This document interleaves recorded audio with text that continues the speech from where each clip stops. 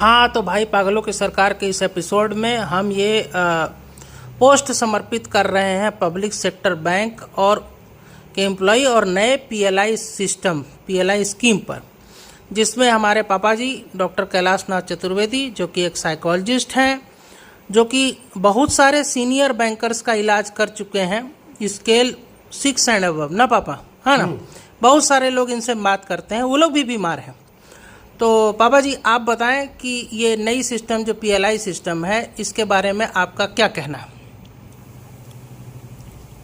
देखो, ये पीएलआई से आप किसी को बेनिफिटेड कर रहे हैं और किसी को बेनिफिटेड नहीं कर रहे हैं। ओके। तो एक ही घर में एक ही माँ देने वाली तो एक है।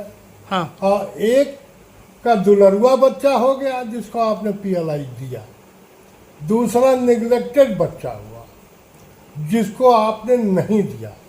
एक ही घर में दो प्रकार के प्राणी आपने पाल दिए, जो कि गलत है।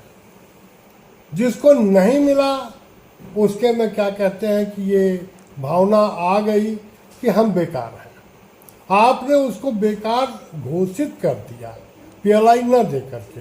पीएलआई एक पुरस्कार है जो कि सबको मिलना चाहिए था। कम हो सकता था, बेसी हो सकता था, लेकिन किसी को कुछ नहीं दिया गया, किसी को सब कुछ दे दिया गया।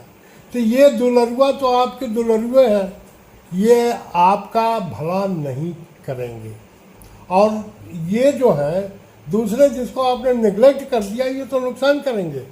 तो आपने अपने घर में ही गृह युद्ध चला दिया, जो कि मैनेजमेंट पॉइंट ऑफ व्यू से गलत है।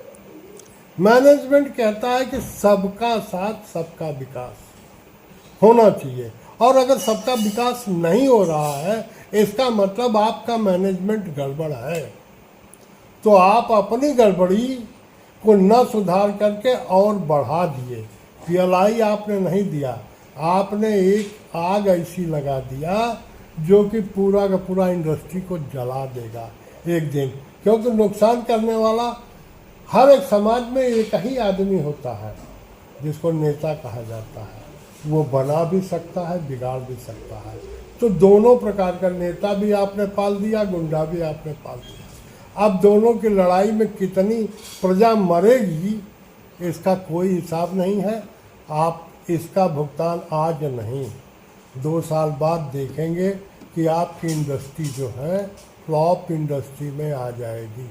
हो सकता है बनाने वालों के मन में कुछ बात रही हो। चलिए देखते हैं। ओके भैया, जो भी है ये